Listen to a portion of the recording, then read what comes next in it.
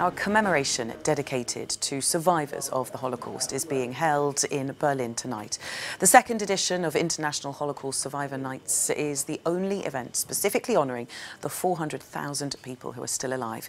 It comes at a time where concerns about the rise of anti-Semitism in Germany and around Europe are strong. Jessica Zoltz is at the Brandenburg Gate in Berlin. Good morning to you, Jessica. Why is this specific event so important?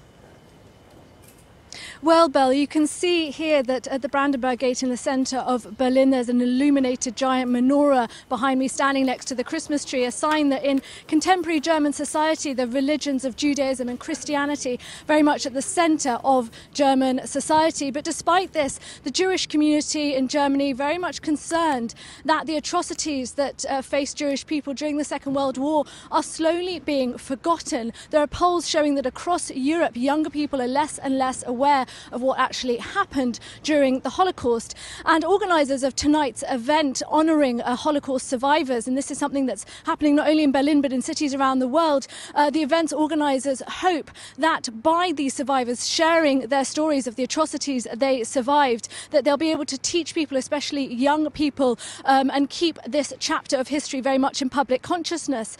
This event is also being used to demonstrate the challenges that many survivors still face. I spoke to Rüdiger Malo, one of the organisers of tonight's event, and he told me that many survivors struggle to reintegrate into society back after the Second World War. He said of the 400,000 survivors still alive around the world, 40% of them live under the poverty line in their respective countries.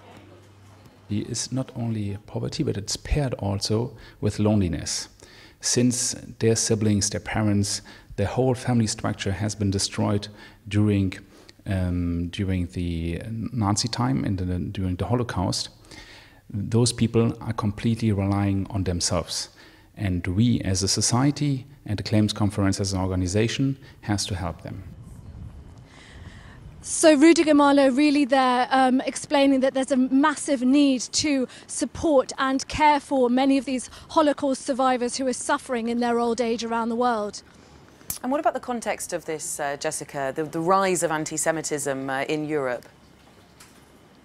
Exactly. This is coming at a time where we're seeing the rise of anti-Semitism in areas of Europe and also here in Germany, where the rise of anti-Semitic verbal and also physical attacks against members of the Jewish community here is on the rise and is of a huge concern here. Members of the Jewish community I've spoken to say that they're worried about a resurgence of old resentments towards Jewish people, but also of a new type of anti-Semitism, which they believe comes from people conflating anger or resentment towards Israeli politics with a resentment towards the Jewish people. It's a huge worry here, and as I said, the organisers of tonight's events are hoping that by Holocaust survivors sharing their stories, they will also be able to stop this rise of anti-Semitism that we're seeing happening across Europe and beyond.